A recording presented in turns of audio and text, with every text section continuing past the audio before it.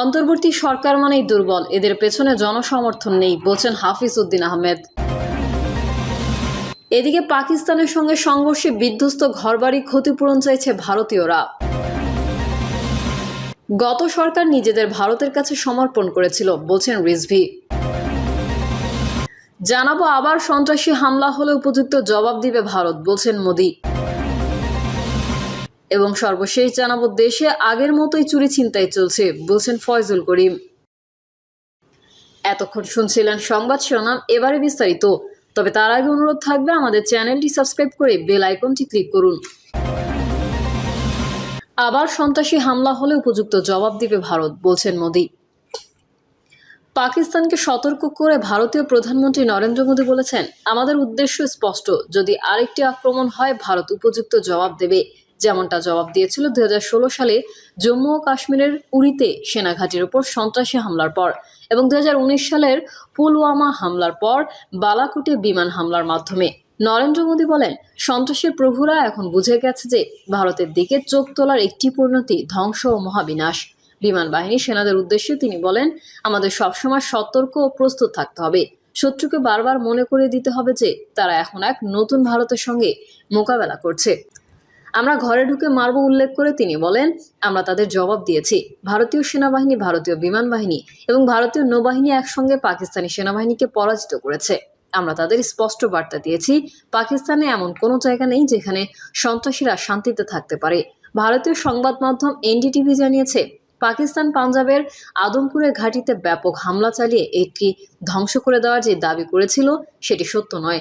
সংবাদ মাধ্যমটির প্রতিবেদনে বলা হয়েছে, নরেন্দ্র মোদী সকাল 6টা থেকে 15 মিনিটের দিকে ঘাঁটিতে যান। তাকে বহনকারী বিমানটি ওই ঘাঁটির রানওয়েতে অবতরণ করেছে। সংবাদ মাধ্যমটির প্রতিবেদনে বলা হয়েছে, নরেন্দ্র মোদী সকাল 6টা 15 মিনিটের দিকে ঘাঁটিতে যান। তাকে বহনকারী বিমানটি ওই ঘাঁটির রানওয়েতেই অবতরণ করেছে এবং মোদি S-400 আকাশ প্রতিরক্ষা ব্যবস্থার সামনে দাঁড়িয়ে কথা বলেছেন। মোদি তার এক্স অ্যাকাউন্টে আদমপুর ঘাঁটি সফরের কয়েকটি ছবি প্রকাশ করেছেন। মোদি এক্স আদমপুরের ঘাঁটিতে যাওয়ার ব্যাপারে বলেছেন, আজ সকালে আমি AFS আদমপুরে গিয়েছিলাম এবং আমাদের সাহসী বিমান যোদ্ধা এবং সৈন্যদের সাথে দেখা করেছি। সাহস, সংকল্প এবং নির্ভীকতার প্রতীক হিসেবে তাদের সাথে থাকাটা ছিল এক বিশেষ অভিজ্ঞতার। আমাদের সশস্ত্র অন্তর্বর্তী সরকার মানেই দুর্বল, এদের পেছনে জনসমর্থন নেই বলছেন হাফিজ উদ্দিন আহমেদ। বিএনপির স্থায়ী কমিটির সদস্য মেজর হাফিজ উদ্দিন আহমেদ বলেছেন, অন্তর্বর্তী সরকার মানেই দুর্বল সরকার, কারণ এদের পেছনে কোনো জনসমর্থন নেই। তবু আমরা আশা করব আগামী দিনগুলোতে পানি আগ্রাসনের বিরুদ্ধে বর্তমান প্রফেসর ইউনূসের সরকার বলিষ্ঠ ভূমিকা পালন করবে। হাফিজ উদ্দিন আহমেদ বলেন, এখন একটি নতুন অন্তর্বর্তী সরকার এসেছে। অন্তর্বর্তী সরকার মানেই দুর্বল সরকার, কারণ এদের পেছনে কোনো জনসমর্থন নেই। আমাদের দল এবং বিভিন্ন রাজনৈতিক দল থেকে বারবার বলা হয়েছে যে একটা নির্বাচন দেন, যাতে আন্তর্জাতিক ও জাতীয় অঙ্গনে আমরা বাংলাদেশের মানুষের দাবিগুলো তুলে ধরতে পারি। কিন্তু এখনো পর্যন্ত তাদের কাছে থেকে আমরা যেই বলিষ্ঠ ভূমিকা আশা করি ততটা পাইনি। তবু আমরা আশা করব আগামী দিনগুলোতে পানি আগ্রাসনের বিরুদ্ধে বর্তমান প্রফেসর ইউনূসের সরকার বলিষ্ঠ ভূমিকা পালন করবে। তিনি বলেন, বর্তমান সরকার মানবিক করিডোরের কথা বলেছে। বাংলাদেশ 18 কোটি মানুষের দেশ। আমরা জানি না, জনগণ জানে না, প্রতিনিধিরা জানে না কি ধরনের করিডোর দেওয়া হবে এবং এর লক্ষ্য কি। আমরা কি নতুন কোনো যুদ্ধে জড়িয়ে পড়তে যাচ্ছি? এগুলো সম্পর্কে তো রাজনৈতিক দলগুলোর সঙ্গে সরকারের আলাপ আলোচনা করার দরকার ছিল। কিন্তু দেখি পররাষ্ট্র উপদেষ্টা এক কথা বলেন, প্রেস সচিব আরেক কথা বলেন। জনগণ অন্ধকারে আছে। এটা কি ধরনের সরকার? আমরা গণতান্ত্রিক পরিবেশে অভ্যস্ত। গণতন্ত্রের জন্যই তো আমরা 16 বছর সংগ্রামের পর এই মাফিয়া সরকারকে বিদায় করেছি। এখনো কেন আমরা অন্ধকারে থাকবো? সবচেয়ে জনপ্রিয় দল বিএনপি, কিন্তু আমরাই জানি না কিসের জন্য এই করিডোর দেওয়া হচ্ছে। তিনি আরো বলেন, বাংলাদেশের প্রত্যেকটা ক্ষেত্রে ভারত হস্তক্ষেপ করেছে। রামপাল বিদ্যুৎ কেন্দ্র থেকে শুরু করে প্রত্যেকটি প্রকল্পে বাংলাদেশের নতজানু সরকার শেখ হাসিনা সরকার দেশের মানুষের স্বার্থকে জলাঞ্জলি দিয়ে দেশকে ভারতের একটি কলোনি বানিয়ে দিয়েছিল।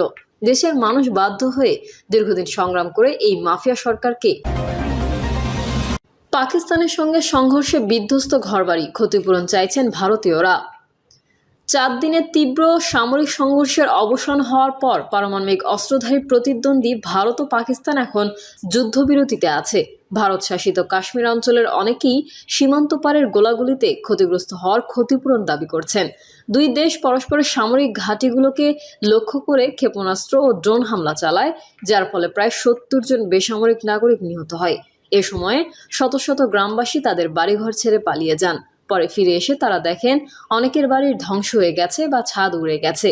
লাইন অফ কন্ট্রোল থেকে 7 কিলোমিটার ভারতের জম্মু জেলার আখনুরে অবস্থিত কোটমাইরা গ্রামের বাসিন্দা রোশন লাল তিনি বলেন, আমরা বাচ্চাদের নিয়ে কোথায় যাব? আমাদের থাকার জায়গা নেই, খাওয়ার জায়গা নেই, খাওয়ার কিছু নেই।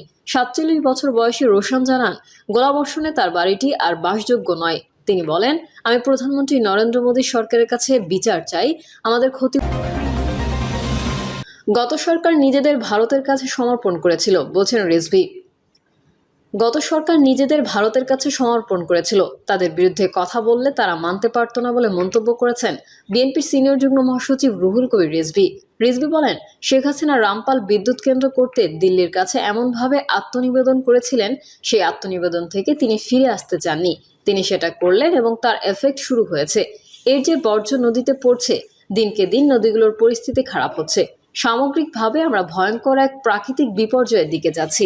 বিএনপির এই নেতা বলেন, ফারাক্কাবাদ চালু করার বিষয়ে শেখ মুজিবকে জানানো হয়েছিল যে পরীক্ষামূলকভাবে চালু করা হবে।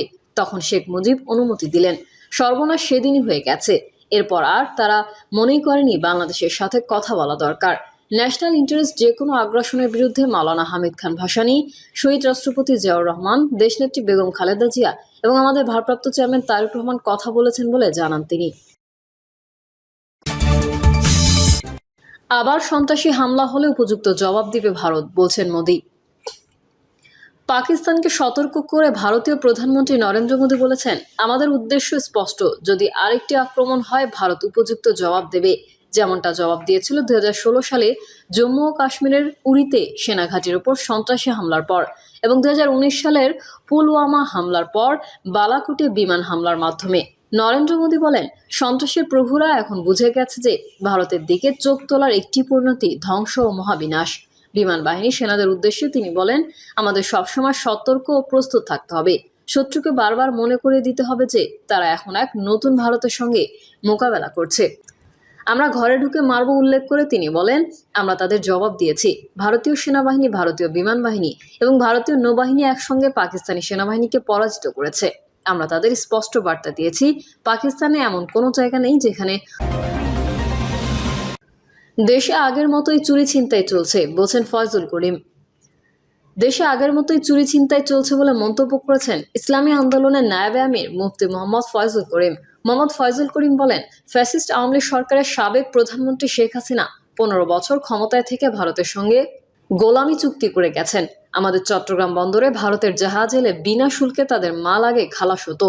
গত 15 বছরে শেখ হাসিনা দেশটাকে ধ্বংস করে গেছেন। তিনি আরো বলেন, বর্তমান সরকার আমেরিকার তাবেদারি করে মানবিক করিডোর দেওয়া সহ চট্টগ্রামের সেন্ট মার্টিনে আমেরিকার ঘাঁটি দিতে চাইছে। উপদেষ্টারা 8 মাসে দুর্নীতিতে জড়িয়ে পড়েছেন। এজন্য আমরা এই দেশের ছাত্র জনতা আন্দোলন করিনি। দেশে আগের মতোই চুরি ছিনতাই চলছে উল্লেখ করে মোহাম্মদ ফয়জুল করিম বলেন, আমরা বৈষম্য দূর করতে আন্দোলন করেছি। শেখ হাসিনা বলতেন দেশে জঙ্গিবাদ বেড়ে গেছে, কিন্তু গত 8 মাসে কোনো জঙ্গির ঘটনা ঘটেনি। প্রিয় দর্শক, এই ছিল এখনকার সর্বশেষ সংবাদ। আপডেটের সংবাদ পেতে চ্যানেলটি সাবস্ক্রাইব করে বেল আইকনটি ক্লিক করুন। কমেন্টে আপনার মতামত জানিয়ে আমাদের সাথেই থাকুন। ধন্যবাদ সবাইকে। আল্লাহ হাফেজ।